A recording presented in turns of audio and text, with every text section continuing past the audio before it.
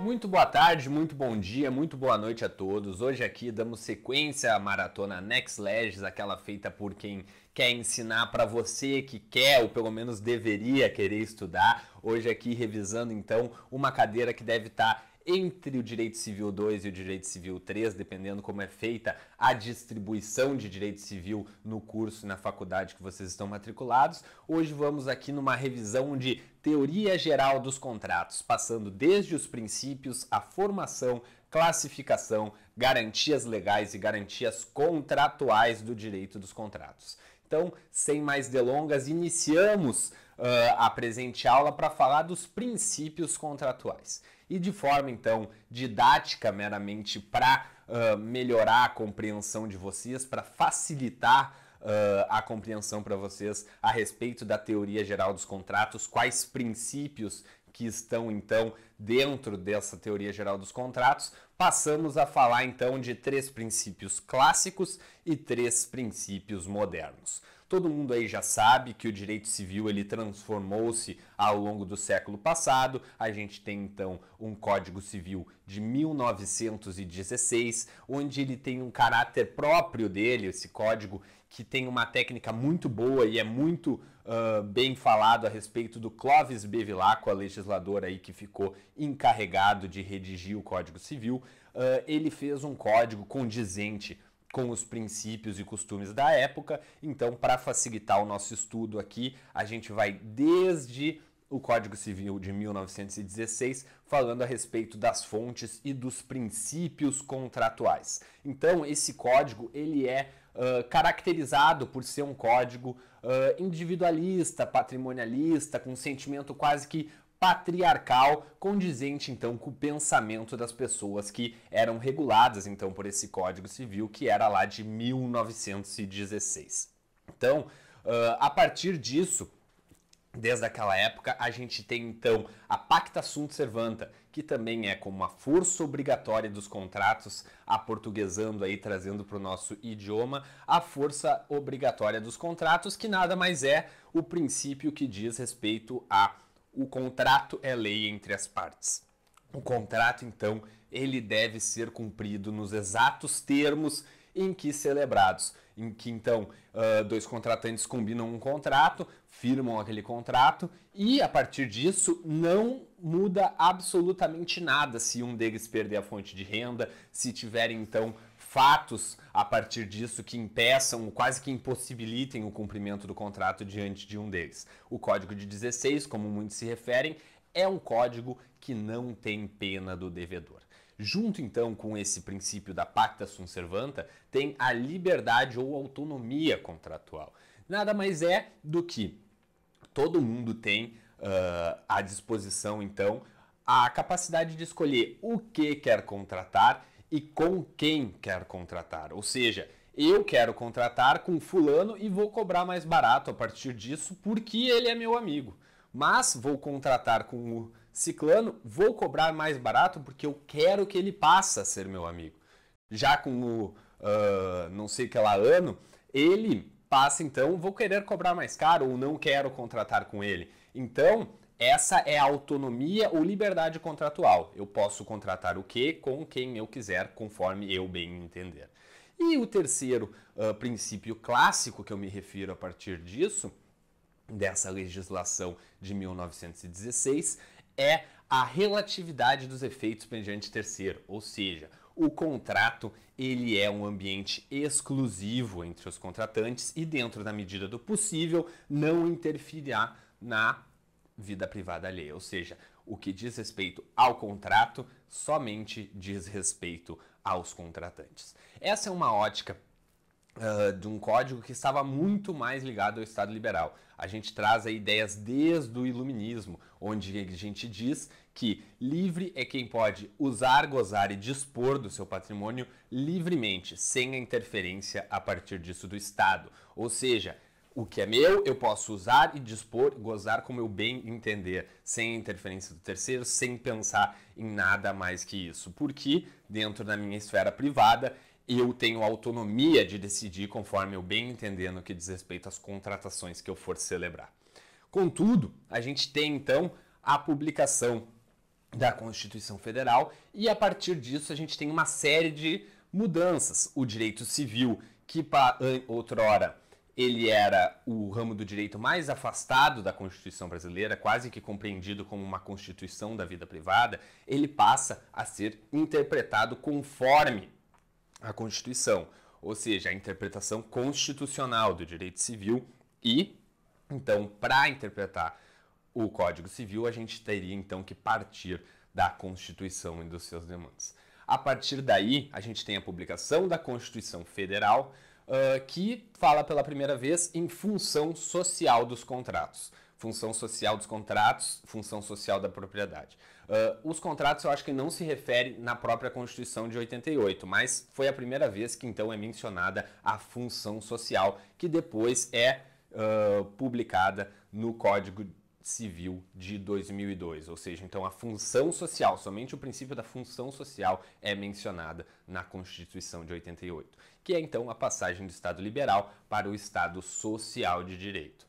Logo em seguida, nós temos o Código de Defesa do Consumidor, que subtrai então quase a totalidade das relações contratuais para um microsistema específico, e a publicação do Código Civil de 2002, onde a gente tem pela primeira vez a boa-fé objetiva, que antes era nas relações de consumo, que veio então com o Código de Defesa do Consumidor, passa a figurar na teoria geral dos contratos, e todos eles, não só nos contratos de consumo. Então aqui eu vou aderir para essa linha do tempo. Quem já viu outras aulas minhas já sabe que eu sou adepto dela, para a gente ter então uma melhor compreensão. Como eu disse, o Código de 16 ele era muito mais passível da subsunção. E quando a gente fala de princípios, a gente tem que ter em mente que a aplicação dos princípios se dá mediante a ponderação. Ou seja, ele é aplicado na maior medida do possível conforme as circunstâncias fáticas e jurídicas daquela circunstância, daquela situação em que a gente está se mencionando. Ou seja, conflitos entre princípios podem ter soluções diversas dependendo dessas circunstâncias fáticas ou jurídicas. Assim, o Código de 16, força obrigatória, vamos colocar aqui, liberdade contratual e relatividade perante terceiros. Esses aqui são os nossos princípios clássicos. Agora, para a gente ter uma correta compreensão dos rumos que tomou o direito contratual, aqui a gente passa a ter a função social na Constituição de 88. Em 90, a gente tem o CDC. E em 2002, nós temos o novo Código Civil. Função social. Aqui a boa-fé e o equilíbrio contratual.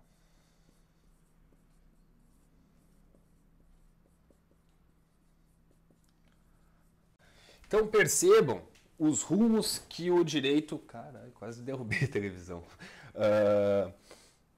Vamos perceber os rumos que a teoria geral dos contratos tomou. Aqui a gente passa então a ter uma interpretação do direito civil conforme a Constituição Federal e não ao contrário, que outrora eram divididos entre CF e CC, tá? Aqui era basicamente uma aplicação de subsunção. A gente fala que não tem pena do devedor, ou seja, cumpriu, firmou, irá cumprir nos mesmos termos. Aqui a gente passa a ver os rumos que o direito civil passa a tomar. Ou seja, a função social, ela restringe, de certa maneira, a relatividade perante terceiros, ou seja, determinados empresários querem celebrar um contrato para fazer um monopólio sobre determinada região, que vai elevar os preços, que vai trazer uma série de consequências para determinadas pessoas daquela cidade, daquele país, entre outros, ou seja, determinada região. Isso está de acordo com a função social, ou seja, limita de certa forma, mas o contrato não é restrito às questões inerentes aos contratantes, porém passa a ter que ter uma ponderação perante a função social dos contratos. A pacta sunt servanda passa a ter influências diretas da boa-fé, porque a boa-fé ela tem a sua função subjetiva, que é o ânimos da ação,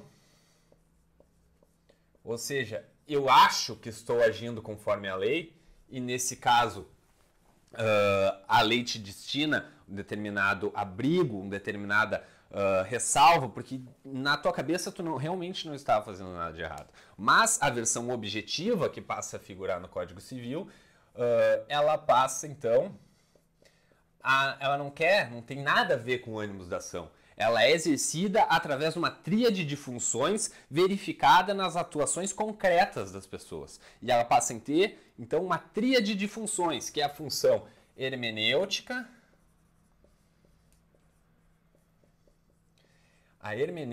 a limitadora de direitos subjetivos e a criadora de deveres anexos. Ou seja, antes fez, vai ter que cumprir. Agora, conforme o novo código, até mesmo o exercício de direitos subjetivos, que são exercícios de direitos que em tese são teus, o exercício de um direito de forma abusiva é configurado como ato ilícito. Ou seja, até os teus direitos tu tem que exercê-los de maneira condizente com uma relação contratual. Então, tendo implicância direta na força obrigatória e no equilíbrio contratual, na medida em que os contratos eles não devem ser dotados de cláusulas leoninas. Os contratos eles não podem ser flagrantes situações de desequilíbrio entre as partes, ou seja, as pessoas têm que estar então com obrigações proporcionais, elas não podem ser então figurarem em relações contratuais em que sejam claramente desproporcionais tais obrigações. E isso, então, a gente percebe os rumos que o direito contratual passa a ter, então, dentro dessa compreensão do direito civil, com a função da função social, com a boa-fé e o equilíbrio contratual. Então, de maneira em que a gente não tem alterações muito grandes nos dispositivos do Código Civil de 16 para o Código de 2002, mas tem alterações principiológicas importantes como a positivação da boa-fé, da lesão, o equilíbrio dos contratos, ele passa a atender ao interesse coletivo, ele passa a atender critérios de condutas, ele passa então a ter questões inerentes a sua execução, a sua celebração e passa então a integrar os dispositivos e passa a ver o contrato como um instrumento de concretização da justiça social, não atinente então a um ambiente exclusivo entre as partes. É um código que passa a tratar então não mais da mera subsunção, mas atende então à própria ponderação de princípios que tira da individualidade da individualidade e do patrimonialismo do Código Antigo, mas passa também a conceder maior operabilidade, maior sociabilidade ao instrumento normativo. E aqui a gente tem uma flagrante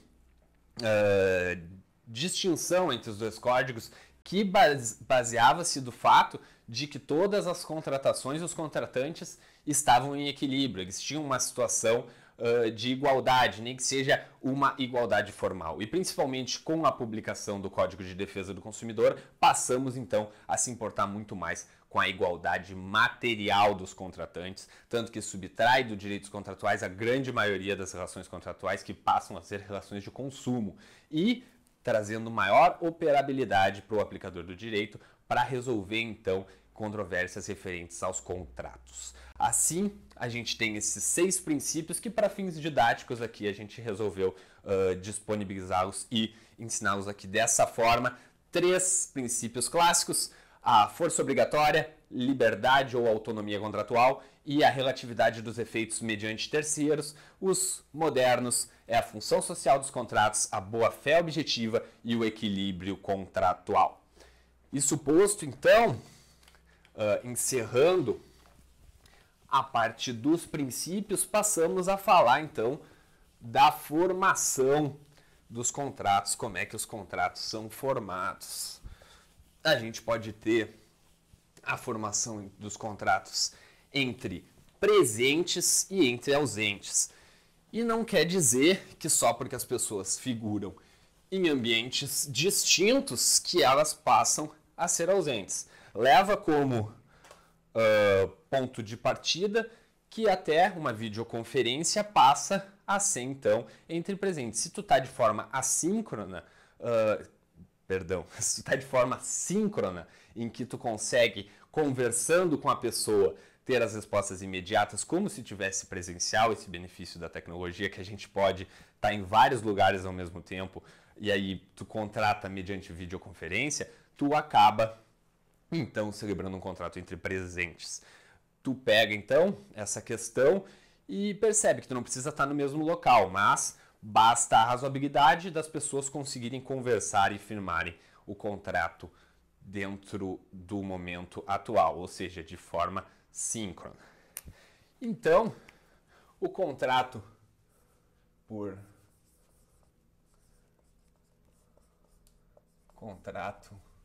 ele nada mais é do que duas pessoas, dois contratantes ou mais contratantes, determinado objeto em que um está disposto a pagar, outro está disposto a receber. Como é que nós vamos fazer essa formação? Como é que isso ocorre? Isso ocorre da seguinte forma: o contrato é a fase de negociação, em que a fase não vincula, ou seja, é um momento de aproximação entre as partes, até que elas estudem ali, conversem, cheguem a um denominador comum, veja qual é a condição, quais são os interesses, como é que está a situação do outro contratante, até chegar numa proposta definitiva. Ou seja, a fase de negociação, também denominada de fase de pontuação. Essa fase, ela não vincula, ou seja, tu não é vinculado nas negociações. Significa que eu posso fazer o que eu quiser, Arthur? Não. Tu tem que, então, obedecer à boa-fé. Não vincula. Não vincula. Mas obedece à boa-fé. Ou seja, se tu descumpre algum princípio condizente, algum comportamento não inerente à boa-fé, tu passa a poder sofrer a consequência de ser condenado a pagar perdas e danos. A partir daí, o que a gente pode ver? Negociou tudo mais, chegamos a uma proposta. Mudei a cor aqui, porque a proposta vincula. A proposta vincula. Ou seja, depois que eu proponho, numa situação em que eu chego e proponho determinada oferta, eu vou comprar o teu carro por X, eu estou vinculado àquela proposta. Eu não posso descumprir mais aquela proposta. Se a outra pessoa aceitar, eu não posso mais alterar aquelas condições, porque o proponente, no caso eu, que quis comprar o teu carro, estou vinculado à proposta. Então, a proposta deve ser séria e concreta, ou seja, séria e concreta. Mas, Arthur, o que é uma proposta séria e concreta que vai te deixar vinculado? Para fins didáticos e para uma melhor compreensão, eu sempre associo uma explicação de o que é uma proposta séria e concreta com base no aceite.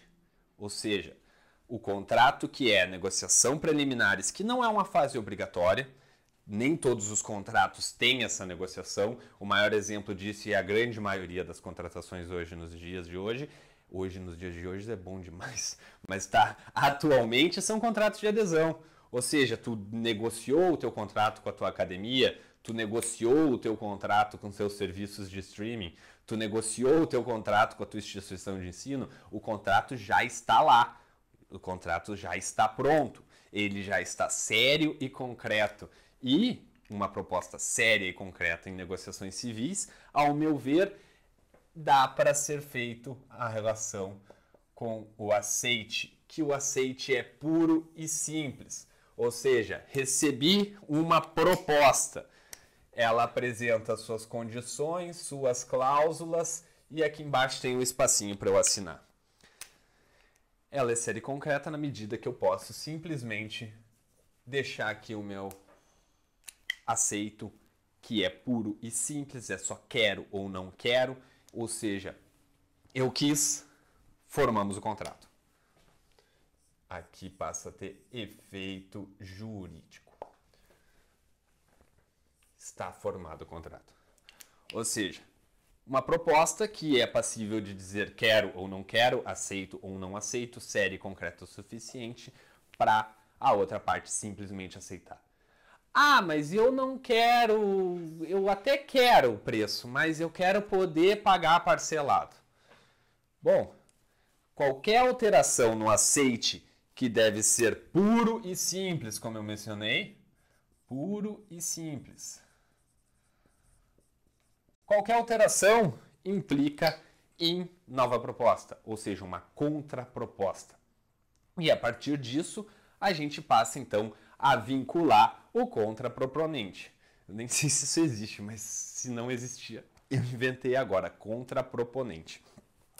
Então, quando tu faz uma alteração, quando tu muda, eu quero mais tempo para pagar, eu quero pagar mais barato, eu quero mais parcelas, eu quero menos parcelas, eu quero receber ele antes, eu quero assim, eu quero qualquer coisa que tu for alterar, por mais insignificante que seja, implica em uma contraproposta. Entendeu? Entendeu? Espero que sim. Então, se não entendeu, deixa no chat aí, deixa nos comentários, pergunta pra gente, interage aí, a gente responde todos os comentários, todas as dúvidas dentro da medida do possível. Tá bom? Puro e simples, modificou, nova proposta. Ah, mas toda a proposta vincula. A proposta é tipo um almoço no domingo com a família da tua namorada, que se não era namorada, passa a ser namorada só por tu estar nessa situação. Ou seja, ela vincula a partir disso. Mas toda a proposta vincula? O que seria do direito sem as exceções?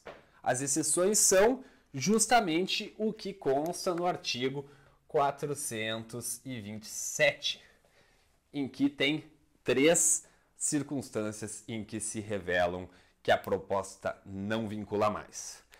A proposta deixa de vincular conforme os próprios termos.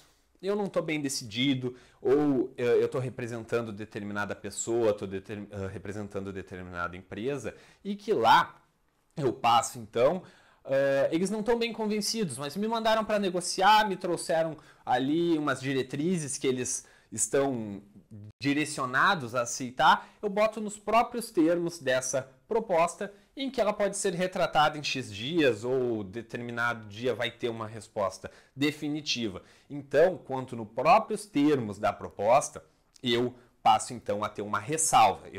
Olha, eu te ofereço isso, mas a reunião lá da empresa, do conselho da empresa, vai determinar na sexta-feira a posição definitiva. Vai ter uma votação lá e eles vão decidir. Mas a princípio a gente está decidido a vender por isso. Tá? Nos próprios termos. Vale ressaltar que essa circunstância aqui do 427 não é possível em relações de consumo. Tá bom? Mas então tá. A próprios termos da oferta ou da proposta, eu posso ter então deixar de vincular. Qual é que pode ser também outra circunstância do 427? Se você está lendo 427, é sempre bom acompanhar com a legislação. Se você está lendo, tu já sabe que a questão inerente ao próximo fator que deixa de vincular é a própria natureza da oferta. A própria natureza. Porra, mas como é? O que é a própria natureza da oferta? Vou te dar um exemplo bem prático. Aqui, ó, Legiscast. Estou ali fazendo meu podcast e digo que o primeiro que entrar em contato com a gente, acertando determinada pergunta que eu deixei no ar, vai receber um prêmio. Vai receber uma câmera, vai receber um computador, vai receber um aperto de mão, vai receber qualquer outra coisa, vai receber um prêmio. E em que vocês estão muito interessados em receber esse prêmio, afinal de contas pode ser algo surpreendente, por exemplo, algo que vocês queiram. Então, muitas pessoas ligam ou muitas pessoas entram em contato e acertam a resposta da pergunta que eu coloquei.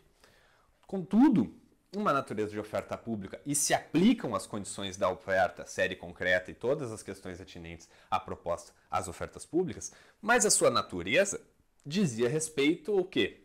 Que o primeiro que acertasse a pergunta ia receber o prêmio. O segundo e o 34º não receberiam nada. Eles acertaram, eles fizeram tudo o que o outro fez, só que o outro fez mais rápido. Pela sua natureza, somente vai levar o que eu estava vinculado a cumprir a primeira pessoa. E somente a primeira pessoa vai ganhar. Ou seja, ninguém pode dizer que eu devo cumprir a oferta se tu foi o segundo, ou se tu foi o terceiro, ou se foi o 14º. Beleza? Então, esse é o segundo exemplo que a gente tem, então, em que a proposta deixa de ser vinculante. Outra questão é as circunstâncias.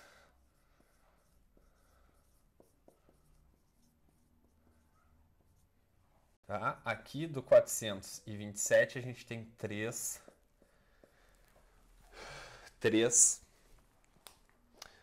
situações em que a proposta deixa de ser vinculante. Ou seja, eu posso estar saindo de uma aula, eu posso estar saindo do meu trabalho, nessa terceira hipótese da circunstância, e eu chego ali e falo, pessoal, estou indo até determinado local, estou indo até o tribunal, estou indo até a minha casa, que fica na localização tal. Alguém quer uma carona? Isso é um contrato verbal gratuito de transporte. A gente parte da ideia que contrato é algo seríssimo. A gente celebra contrato o tempo inteiro. Todo mundo está sempre contratando. São manifestações de vontades contrapostas contra determinado objeto. Então, é um contrato gratuito verbal de transporte. Só que 4 pessoas respondem que quero a carona. Trabalho em determinado local, fica perto ali pra ti, quero a carona, quero, todo mundo quis a carona. Proposta vincula, né? Fica chato tu. Ah, quem quer carona? Não, tu não. Não dá. Ou seja, se tu ofereceu, tu cumpre. Só que eu ando de moto. Mentira, eu não ando de moto, mas no exemplo eu ando de moto. Então, se eu ando de moto, como é que eu vou dar carona para 4 pessoas? Primeiro que se eu andasse de moto ia ser muito improvável que alguém queria andar de moto comigo. Mas, cara, não tem como eu cumprir essa proposta. As circunstâncias não levam a crer que dê para perfectibilizar. Ela não é nem série concreta o suficiente para eu aceitar. Entende? As circunstâncias do caso, se demonstrarem impossível de cumprimento ou não passível de cumprimento, ela deixa de vincular. Como é que eu vou levar 5 pessoas numa bis? Não rola. Então, não rola cumprir essa proposta. Mas por causa das circunstâncias, ou seja, eu não sabia quem ia aceitar. Então, das circunstâncias em que feita determinada proposta se mostre impossível de cumprir ou que se mostre não ser plausível que eu vá cumprir aquilo ali, no caso eu poderia, se eu andasse de moto, dar carona para uma pessoa, quando muito. Então, ela vincularia a uma pessoa, mas eu não teria como dar carona para todo mundo, sendo que eu tenho uma moto e é impossível que eu leve todo mundo. Só se eu faça não sei quantas viagens, e essa não era a ideia. Então, o artigo 427 diz os termos, a natureza e as circunstâncias em que a proposta deixa de vincular. Tá bom? Estabelecido, então, agora passamos ao quarto elemento que está no artigo 428, em que a proposta deixa de vincular. E são 4 incisos que ali constam, em que vai ser as seguintes situações. A primeira, estou eu e tu negociando determinado contrato e eu faço uma proposta. Estamos entre presentes. Estamos os dois, ou mediante uma videoconferência, ou na mesma sala, mesa de negociações, eu faço a proposta. E tu realmente deixa de recusar ou não aceitou na hora ali, acabou a reunião, não ficou decidido e tu foi embora. Cara, se uma proposta é feita em caráter presencial, em caráter entre presentes, e a pessoa não recusou, aceitou na hora, ela deixa de vincular. Por quê? Porque pode ser uma relação civil. Eu posso estar querendo vender meu carro usado e não porque eu sou vendedor de carro, eu só quero comprar outro carro. Então eu te ofereço o carro, tu não diz nem que sim, nem que não, me dá aquela enrolada, eu vou pegar e vou vender para outra pessoa. Daí depois de 2 semanas tu volta, cara, quero o carro, tô aqui o dinheiro. Eu digo, não, cara, eu já vendi. Não, tua proposta vincula. Não, em decorrência do tempo e das circunstâncias, ela passa a deixar de vincular, ou seja, estou liberto da obrigatoriedade da minha proposta, em razão de que, entre presentes, conforme o inciso 1 do artigo 428, tu deixou de aceitar a proposta na hora, tá bom? O segundo inciso faz referência a pessoas ausentes, mas transcorreu o prazo e a pessoa não remeteu a resposta em prazo razoável, na linguagem da lei, para que tu diga sim ou que não. Ou seja, eu faço uma proposta para ti sobre o mesmo exemplo do carro, só que eu te mando por carta. Chegou lá no Sedex, manda minha cartinha, cara, passou muito tempo. E tu não me respondeu.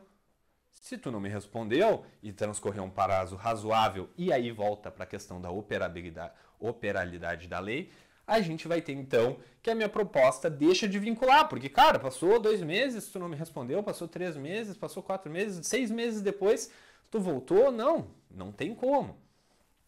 Outra questão é, se decorrido com prazo de expedição, ou seja, eu mandei a resposta, esse é o terceiro inciso do 428. Eu mandei, entre ausentes, mandei um ofício, te mandei uma carta, te mandei um telegrama, te mandei um pombo correio. E ele diz lá, até o dia 3 tem que expedir a resposta. E é dia 5, dia 4, dia 7, dia 12 tu não expediu a resposta? Cara, se passou o prazo da expedição da resposta e a gente usa a teoria da expedição, não tem como vincular aquela proposta, deixa de ter a obrigatoriedade daquela proposta. Ou seja, não vai mais então ter a obrigatoriedade. E a quarta e última possibilidade para deixar de cumprir é quando, junto com a proposta, já chega a retratação. É um arrependimento quase que instantâneo, tipo pisar na patinha de um cachorro, assim, ó, que às vezes ele nem chorou e tu já pediu desculpa. Quem pisou na patinha do cachorro sabe que é a pior sensação do mundo. Tu pega ali, desculpa. Isso é uma proposta que deixa de ser vinculante dentro da quarto inciso do artigo 428. Ah, não, eu te vendo por tanto. Cara, viajei, me dá de volta, não vou vender nada. Vou ficar com meu carro, adoro meu carro. É quase como pisar na patinha de um cachorro. Tu já pediu desculpa. Senão tu não é um baita de um mau caráter. Se tu pisa na patinha de um cachorro e não pede desculpa, desliga esse vídeo e não assiste mais o Legisc. Tá bom?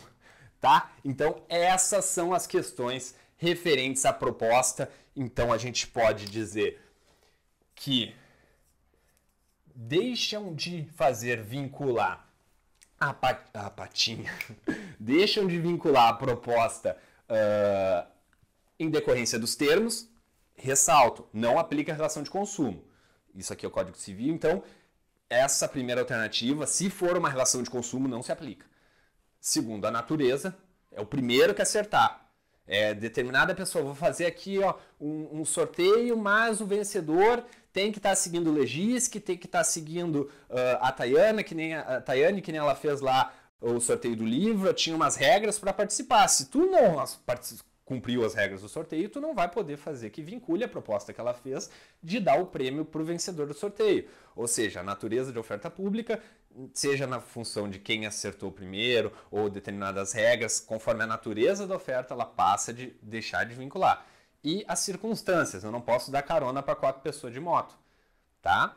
E o tempo, daí nas hipóteses dos 4 incisos do artigo 428. Então, essa aqui é a formação dos contratos, é a partir disso que a gente vai poder, então, ter efeitos jurídicos relacionados por contrato. É assim que se dá a formação. Lembrando que a gente utiliza a teoria da expedição, que diz respeito ao prazo entre ausentes.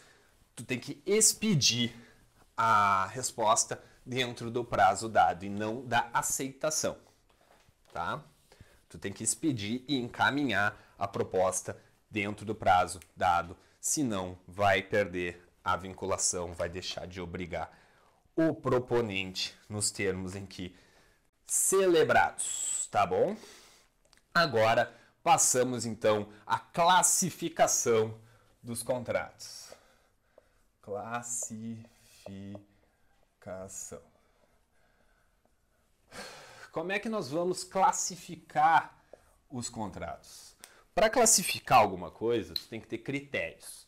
Tu tem que ter questões atinentes. É tipo num campeonato. Ganhou 3 pontos, empatou 1 ponto, perdeu, não faz ponto nenhum. A mesma coisa para classificar um contrato.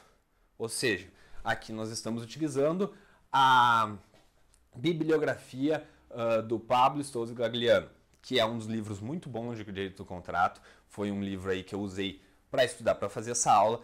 Gosto muito da aplicação dele, então nós vamos utilizar a classificação dos contratos, conforme a própria obrigação dele em si, obrigação, o próprio contrato em si, tá? Conforme a sua forma e conforme a sua execução. Tá bom? Quanto à obrigação, ele pode ser bi, pluri ou unilateral. Cara, bi, pluri ou unilateral. Como a própria palavra diz, a obrigação ali vai impor obrigação para as duas partes. O contrato de compra e venda é um contrato bilateral. Por quê? Uma parte está disposta a pagar e a outra vai entregar seu bem. Ou seja, a prestação de serviço também. Eu vou lá, vou dar aula, mas tu vai me pagar. Ou seja, quando é obrigações para as duas partes, ou seja, é algo que vai impor determinadas obrigações às duas partes, vai ter então como um contrato bilateral. Plurilateral são várias pessoas com as obrigações. Um exemplo disso é um contrato social. Contrato social, a gente pode ter vários sócios, em que eles estão determinados ali a unirem seus esforços, a unirem sua capacidade econômica, o seu trabalho, eles estão ali se obrigando em conjunto para fazer aquela sociedade prosperar. Plurilateral. E pode ser unilateral. Pode ser simplesmente um contrato de que só uma das partes vai se obrigar. Ou seja, pode ser um contrato de doação. E vou te doar essa caneta, porque tu é muito legal.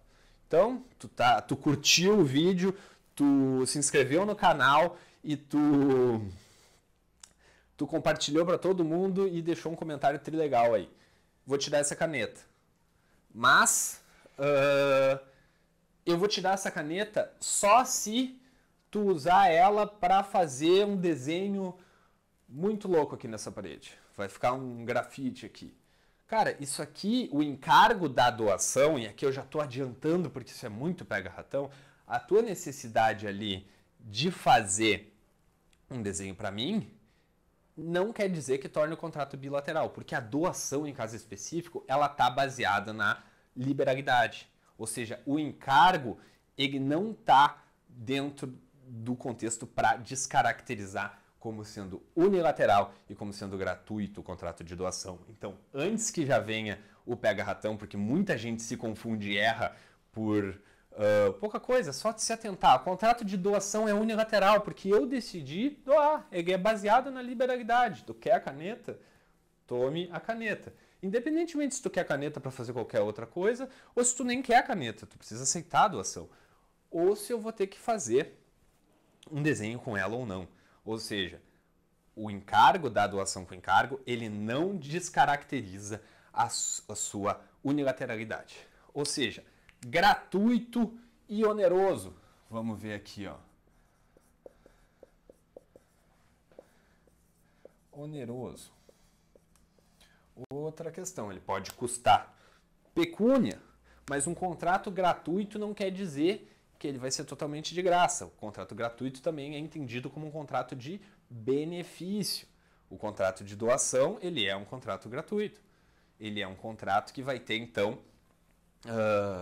ele vai ser um contrato só de benefício. Eu vou receber um negócio, eu estou ganhando.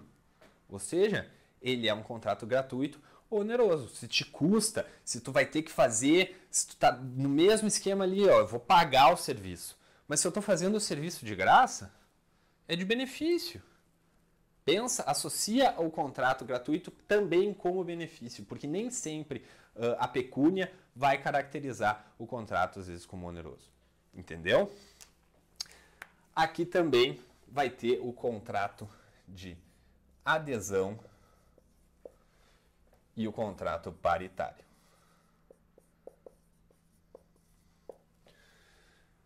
O contrato paritário pressupõe uma negociação. Ele pressupõe que as partes tenham debatido, que as partes ali estão em situação de igualdade, tá?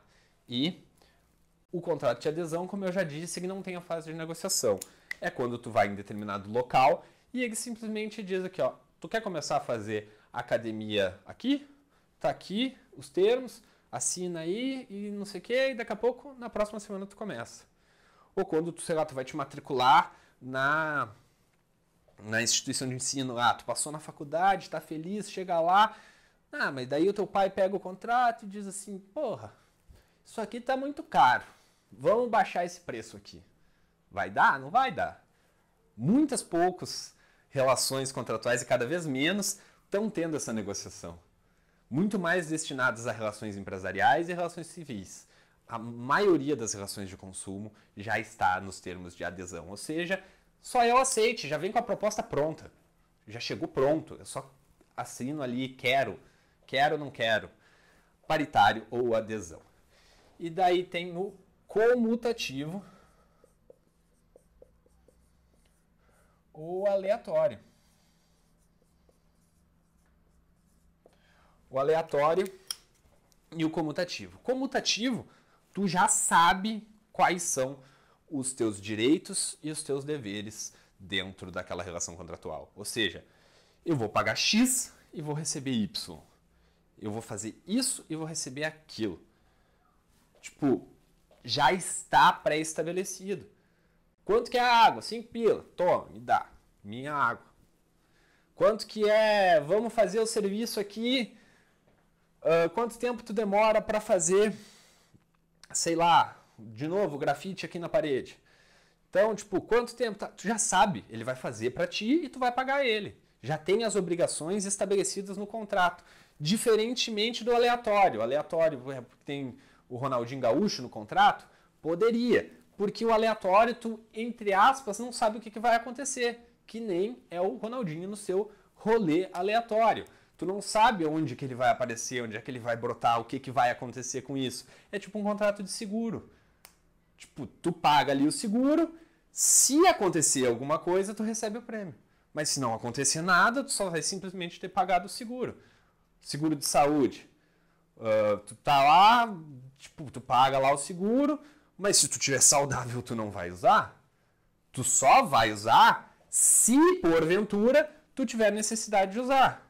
Então, nessa circunstância, dá para se dizer que é um contrato aleatório, porque depende da alha. Alha, um fator que vai vir ali depois da celebração desse contrato. Beleza? A partir disso, temos então quanto à forma. Quanto às obrigações, no livro do Gagliano, está aqui estabelecido plurilateral, unilateral, bilateral, contrato gratuito ou oneroso, adesão ao paritário, comutativo ou aleatório. São essas 4 formas aqui da gente poder classificar o contrato utilizando a metodologia dele. Então, tem outras formas de classificar um contrato? A gente tem, assim, um consenso quanto a essas classificações aqui, mas se, dependendo do critério do autor ou da bibliografia que tu está usando, talvez possa ter outra. Mas essa aqui é a que dá para se utilizar, tá? Solene e não solene.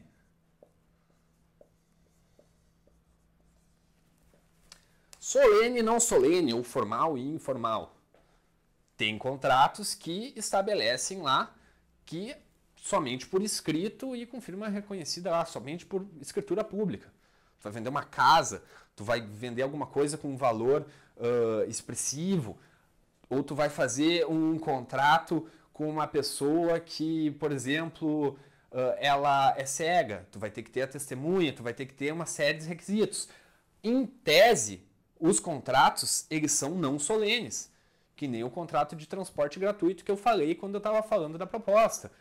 Tu não necessariamente tem que fazer um contrato e dizer lá, claro, redigir o contrato te dá muito maior segurança para os deveres e obrigações, mas não necessita, em tese, é a liberalidade das formas, ou seja, tu pode contratar por áudio, tu pode contratar verbal, tu pode contratar da forma que tu entender, a não ser que a lei exija uma forma de ti.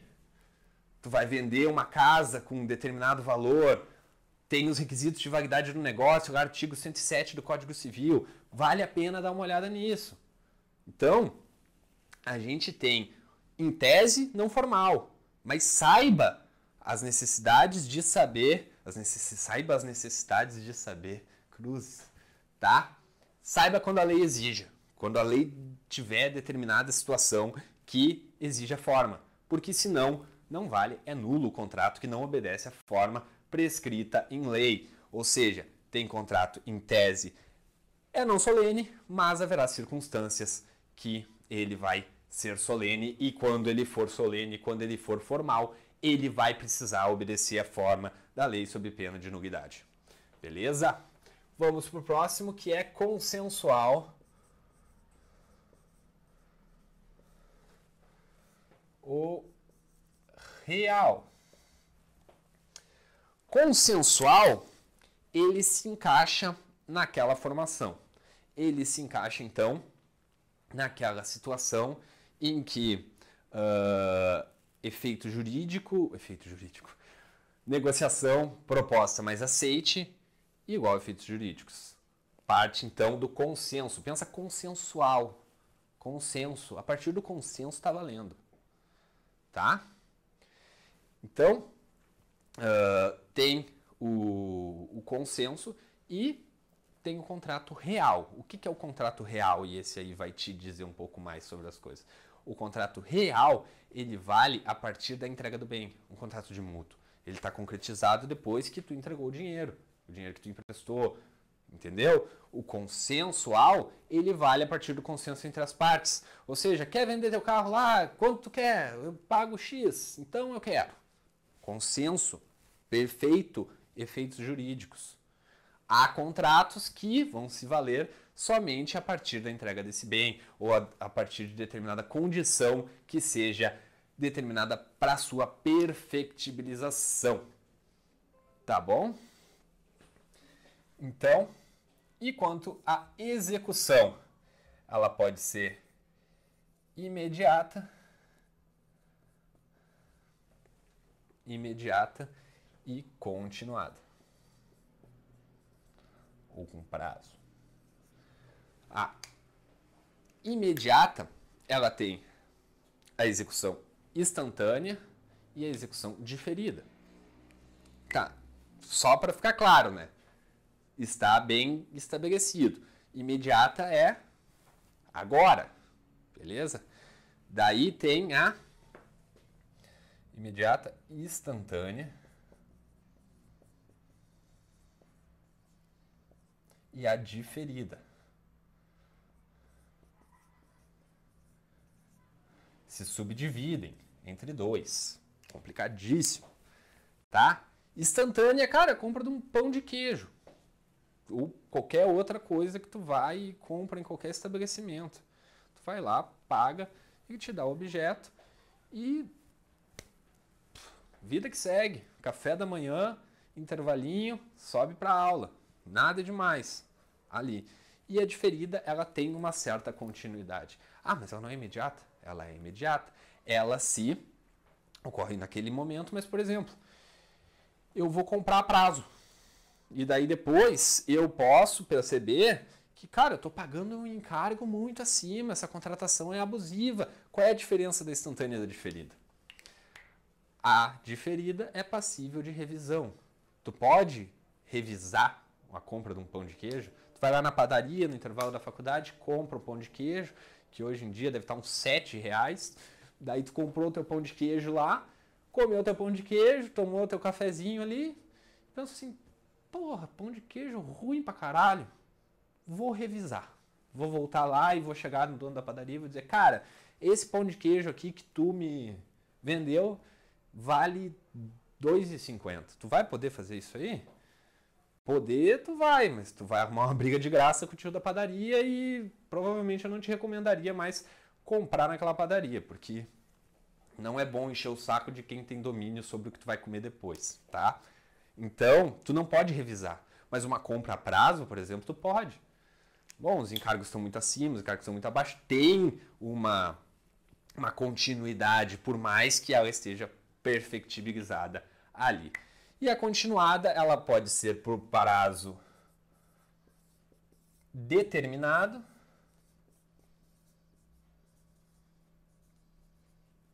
ou indeterminado.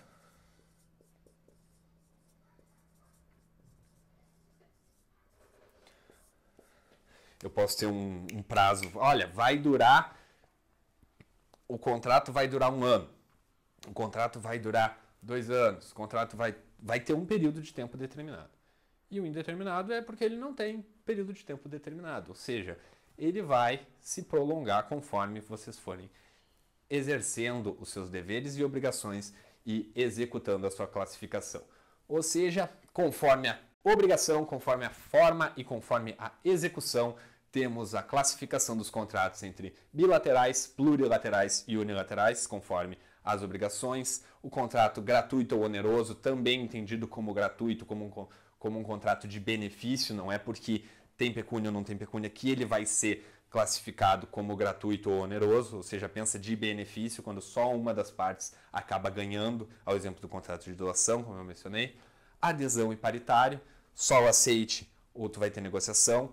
Comutativo ou aleatório, lembra do Ronaldinho, tu não sabe o que vai acontecer, só vai pagar se tu tiver determinada questão, tu só vai usar o seguro se tu tiver determinada questão, diferentemente do comutativo, que tu já sabe o que vai acontecer, tu vai pagar aquilo e vai receber. Às vezes tu te surpreende, por isso que o Ronaldinho surpreende no seu rolê aleatório, então não esquece comutativo e aleatório. Solene ou não solene, em tese não é solene, mas presta atenção nos requisitos que a lei for te dar, se for um imóvel com um valor muito alto, eu acho que tem uma limitação agora, não lembro exatamente o valor, mas não vou falar para não errar também. Consensual ou real, consensual lembra do consenso, real vão ser alguns que dependem da entrega do bem. Execução imediata, podendo ser instantânea ou diferida, ou continuada por prazo determinado e indeterminado. A classificação tu vai fazer conforme o todo, então o contrato pode ser bilateral, oneroso, paritário, comutativo, não solene, consensual, de execução imediata e instantânea. Então, eles vão se somando. Tu vai classificar o contrato conforme essas questões aqui. Então, eu vou tomar uma água e a gente já segue com a aula de direito contratual. Então, retornando agora devidamente hidratado para falar com vocês das garantias legais e das garantias contratuais aí no direito contratual. Então, garantias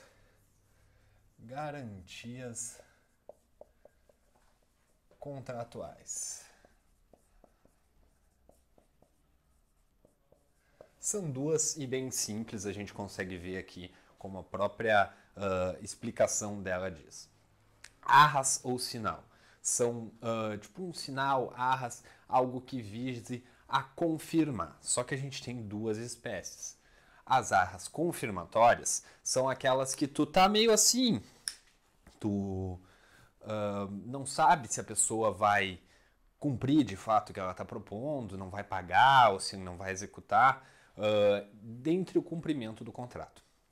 Tu quer garantir o cumprimento do contrato. Então tu vai ter arras ou sinais confirmatórios. Arras ou sinais confirmatórios são princípios de pagamento. Tu tá garantindo, tá dando ali uma amostra e aquilo vai se juntar depois ao pagamento. Pode ser bem imóvel, pode ser qualquer tipo de bem, qualquer bem que consubstancie valor. Ou seja, tu vai dar determinado bem, determinado objeto, vou te dar uma coleção de livros, vou te dar um quadro, vou te dar dinheiro, pode ser qualquer coisa, tá? Tu dá uma garantia de que aquilo vai ser executado. Tu tá primando, então, pela execução. Então, arras ou também determinado sinal confirmatórias.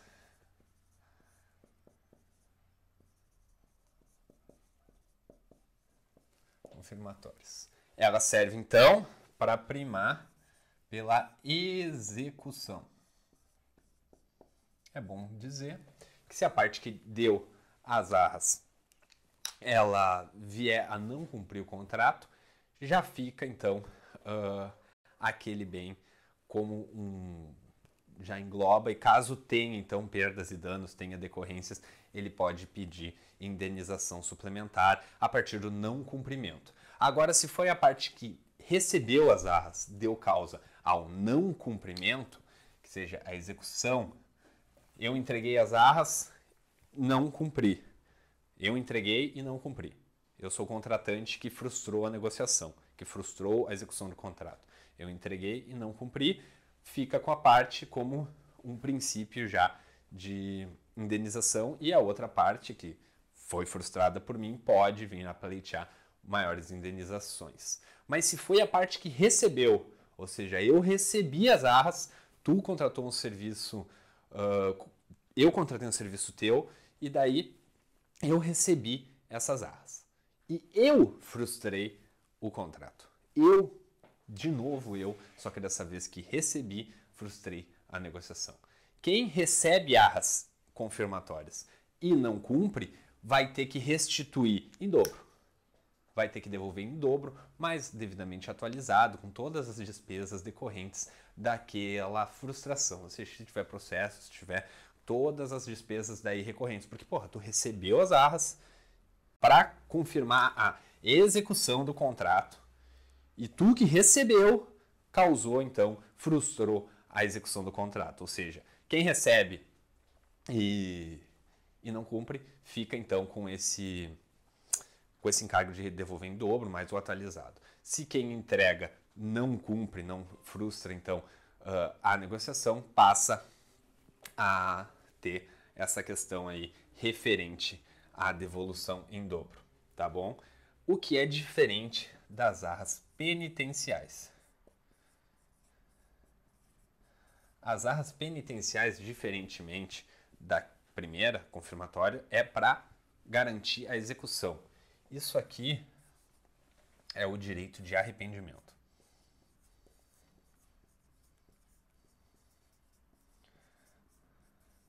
Aqui, meus queridos, nas arras penitenciais, bota pena na cabeça, pena, vocês penalistas, você vai ser penalizado e não tem. Não. Tem que comprar caneta nova, tá ficando ruim, tá? Não tem o quê? Não tem indenização suplementar, beleza? Não vai ter, a partir disso, indenização suplementar. Ou seja, se vir na prova, fulano deu arras confirmatórias a ciclano. Não foi cumprido o contrato por culpa de quem deu as arras. Pode quem recebeu pedir indenização suplementar? Pode, porque ela é confirmatória. Mas se ela fosse penitencial, ela não admite nova indenização. Porque penitenciais é para garantir o arrependimento. Então, se eu quero garantir a minha possibilidade de me arrepender, eu tenho, então, isso como indenização máxima. Não tem indenização suplementar. Não tem. Arras confirmatórias tem. É para garantir a execução. Não engloba arrependimento. Penitenciais é a indenização máxima que eu vou receber a partir dessa contratação. Beleza? Então, isso ponto são as garantias contratuais, sinais. Arras confirmatórias para garantir a execução. Como princípio de pagamento, se executou o contrato, as arras englobam no contrato como uma questão aí de pagamento. Ela vai se juntar ao restante do pagamento. Penitenciais é para executar o direito de arrependimento. Se tu tem medo, então, de se arrepender, as penitenciais não tem como ter indenização suplementar. Tudo bem? Vamos, então, para as garantias legais. Garantias contratuais já postas, então, garantias legais. E a primeira que nós vamos falar vai ser vícios redibitórios.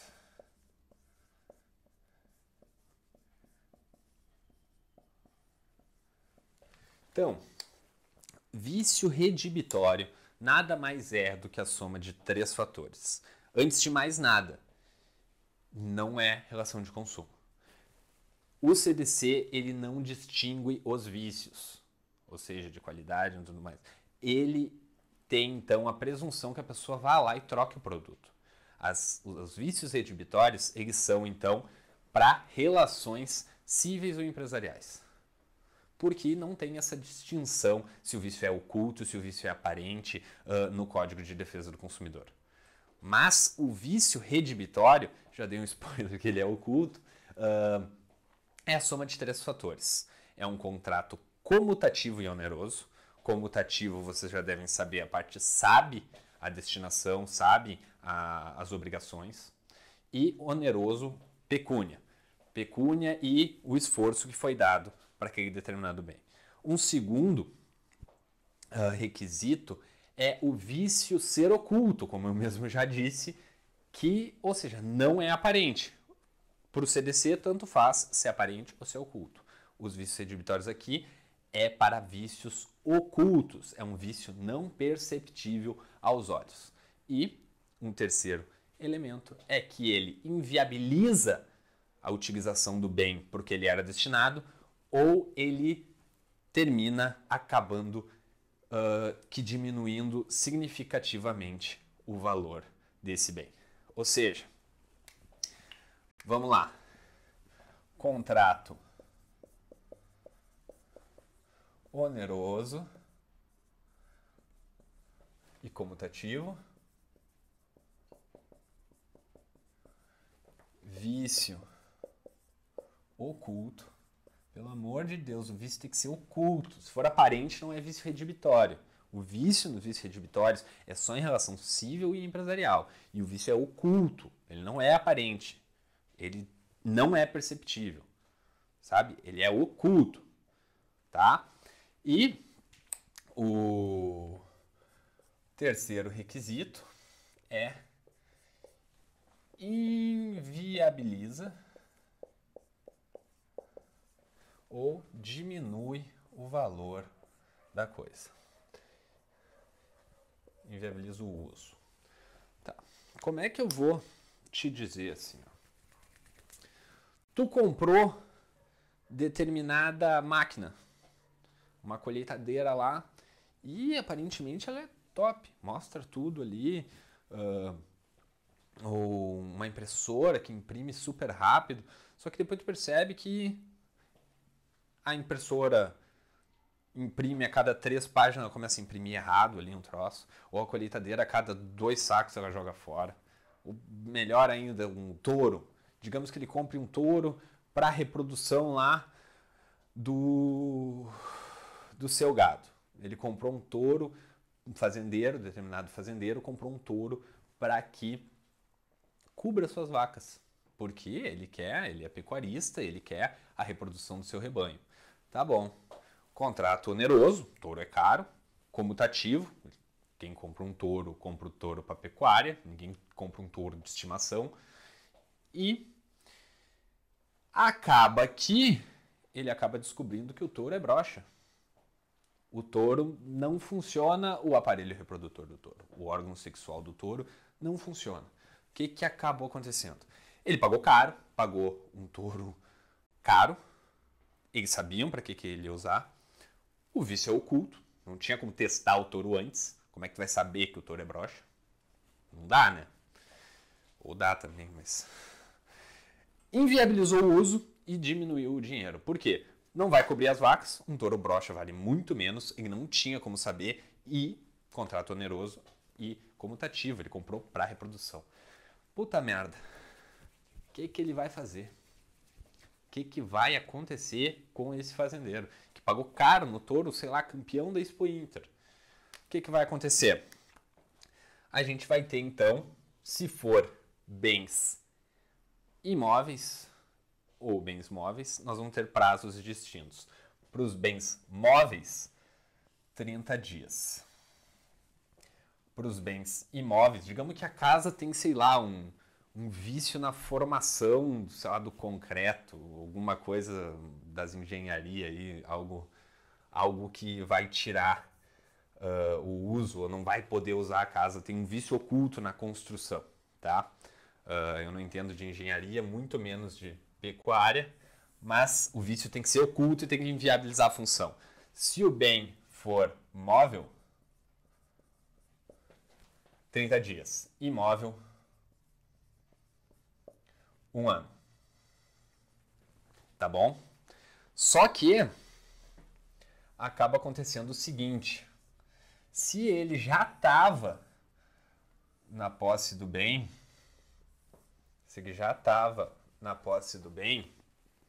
os prazos caem pela metade, passando a ser a 15 dias e 6 meses. Tá? Ou seja, 30 dias para descobrir que o touro é broxo. Se ele já estava na posse, 15 dias. Por que isso? Porque se pressupõe que se ele já estava lá, a gente sabe por que a gente sabe. Se ele já estava lá, a chance dele descobrir era mais fácil. Era mais fácil de descobrir que aquele touro não estava dando no couro. Que o touro não consegue, tá? E se ele já estava na posse da casa, era mais fácil ele descobrir que, porra, tá meio estranho aqui esse concreto aqui, tá parecendo um isopor. Então, tipo, ele já estava na posse, ele já estava naquilo ali em mãos, já tinha maior chance. Ou seja, se ele já está na posse, cai pela metade. Vou botar um asterisco aqui para você saber. Ocorre que, se digamos que o touro ele teve uma doença genética que era impossível saber no prazo dado. Se ele começou a definhar porque depois disso perceberam que ele tinha de fato um problema, que ele vai ter esse problema de... como é que é? Impotência sexual, tá? Digamos que ele tem, então, um problema que não teria como ele saber. Vai ter, então, um prazo de 180 dias. 180 dias ou 1 ano, novamente, para os imóveis. 180 dias vai ser o prazo que vão dar, que é o prazo de experimentação. Tá? Daí, digamos que decorre da natureza, não é possível saber. Beleza? Se tem garantia, corre concomitante. Não corre concomitante, perdão. Tem o prazo da garantia após isso. Mas se durante o prazo da garantia descobriu o vício oculto, tem que reportar em 30 dias. Tem que reportar do prazo do descobrimento no defeito do bem móvel ou do bem imóvel. Tá bom? Vício oculto inviabiliza o uso ou diminui o valor. Contrato oneroso e comutativo. E o vício oculto. Ou seja, não teria como saber. Se da natureza, vai ter, tipo, não tem como ele descobrir no prazo, 180 dias ou 1 ano. Tá bom? Qual é que vai ser as alternativas perante os vícios redibitórios? Qual é que vai ser as medidas a serem tomadas? Vão serem duas, excludentes entre si. Vai ser a ação redibitória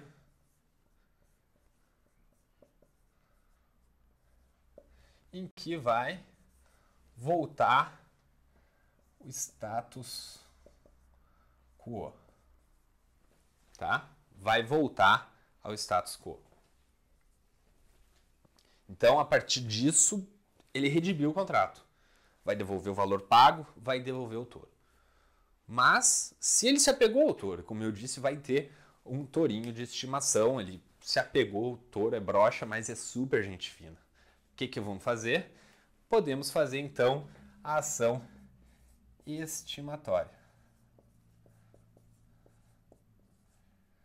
A partir disso aí, então, a gente tem duas ações excludentes entre si, tu não pode entrar com os dois pedidos, porque eles são nitidamente conflitantes, em que aqui a gente vai tirar um percentual, vai pagar algo condizente. Digamos aqui, se ele pagou, sei lá, 5 mil no touro, eles chegam lá a uma negociação que vai comprar então com o preço do boi.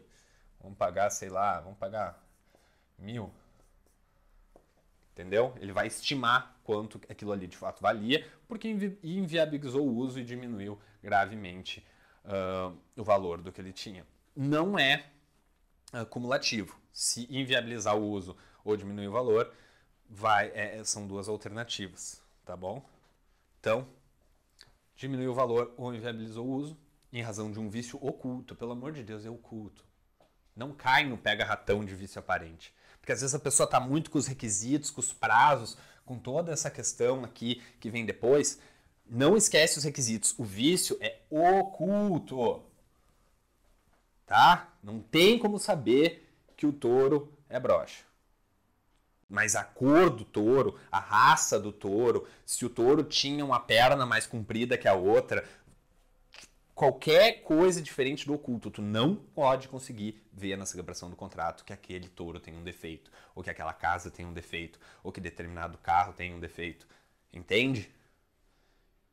Se eu vou comprar determinado bem, eu não consigo enxergar a olho nu que aquele bem vai ter, então, algum defeito em decorrência disso. Beleza? E caso a pessoa que vende, eu vendi o touro, eu sabia que o touro não dava no couro, que o touro não serve para pecuária. Se eu, vendedor, que vendo a coisa viciada, que vendo, sabendo do vício oculto, eu tenho que pagar perdas e danos. Mas somente nesse caso. Perdas e danos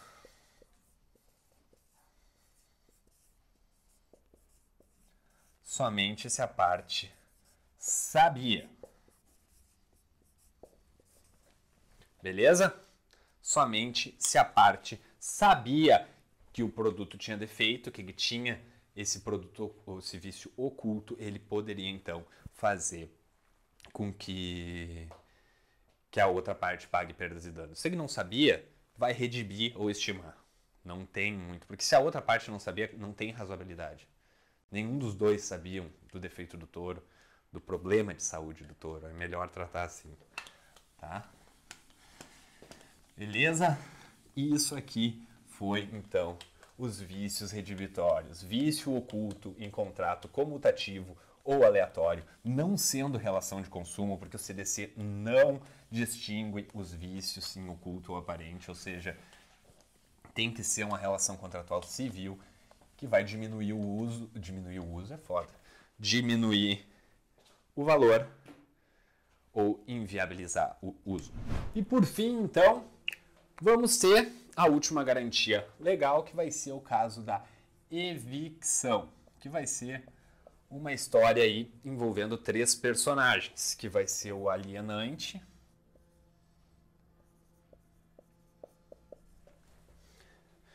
o evicto e o evictor.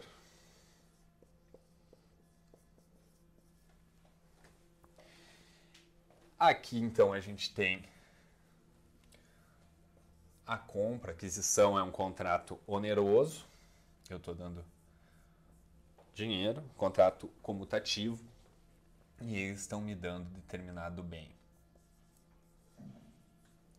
Só que a gente acaba perdendo esse bem. Digamos que seja uma quantia de terra, esse campo aqui.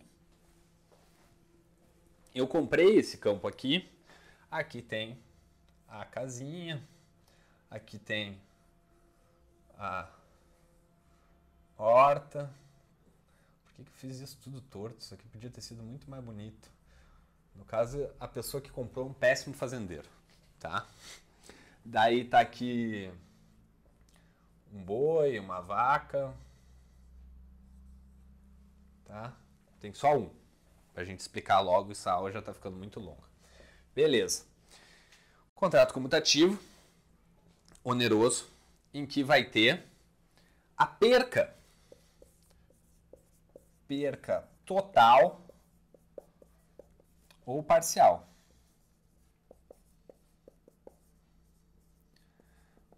Da propriedade em virtude de um ato judicial.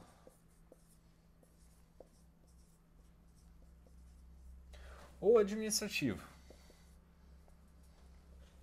Digamos aqui, ó, essa fazenda era pertencente a um senhor que faleceu, eles estavam decidindo no inventário e tinha 2 irmãos. Ou seja, metade, vamos dividir aqui, seria desse cara aqui, do evictor. O evictor. E o alienante, irmão dele, muito do filho da puta, pegou e vendeu inteiro. Pra mim. Boca aberta que não sabia. Não sabia do caráter litigioso dessa fazenda. Ou seja, metade dela é do cara aqui. E ele está no direito dele de demandar. O que pode acontecer? Eu estou perdendo aqui metade da minha lavoura, a grande maioria da minha lavoura. Estou perdendo metade do meu campo. Eu estou perdendo de forma parcial. Então, de forma proporcional, eu vou pedir a indenização, porque eu deixei de colher os frutos que eu deixei de receber. Eu plantei toda a lavoura ali e não vou receber. Eu vou pedir também os honorários, vou pedir todas as despesas decorrentes disso. Caso eu não saiba, se eu saiba da evicção, eu não posso demandar em caráter excepcional essa questão aí. Se eu sabia, eu não posso demandar evicção. Mas existe diferença das cláusulas de não evicção. Cláusulas de não evicção. Entre tu declarar que sabia e tu assumir o risco da evicção. Saber da evicção é uma coisa, tu vai ter que ter a volta do status quo antes. Mas se tu assumir o risco da evicção, bom, problema teu. Por quê? Digamos assim, ó, a fazenda que eu comprei, no caso, valeria 4 vezes o que eu paguei. E eu paguei só isso aqui. Eu sabia, eu me aproveitei da condição. Ah, isso aqui não vale nada, vou comprar. Outra coisa, um carro, comprei aqui, comprei o caminhãozinho lá de direito do trabalho da Tayane. Comprei, tá aqui a janelinha, a porta. Cara, eu já desenhei melhor. Tá aqui as rodinhas. Comprei dela. Só que eu parei numa blitz e sempre tem um caminhão maior. Botaram no guincho e levaram embora meu caminhão. Porque o caminhão não era da Tayane. Ela me vendeu aquilo e eu não sabia. Eu perdi a posse total da propriedade daquele bem. Me levaram embora o caminhão. Eu tenho então que ser indenizado da forma lá do artigo 448 e seguintes do Código Civil. Então a evicção tem como requisito a compra num contrato oneroso, comutativo, em que eu perco total ou parcial a propriedade daquele bem. Então, acho que a gente já passou o tempo aqui, a gente já deve estar beirando aí a 1h30 de aula. Deu para dar uma revisão em teoria geral dos contratos. Peço que dê o joinha. Se tiver qualquer dúvida, bota nos comentários aí, a gente vai ler, vai responder. Se inscreve no canal, acompanha aí essa revisão do NextLegis, que é para ajudar vocês a estudar para as provas, para poder revisar para uma prova da faculdade, para uma prova da UAB, para qualquer coisa que tu for fazer ou para você meramente estudar. E para nós que queremos entrar na carreira da docência aí, para a gente poder mostrar o nosso trabalho.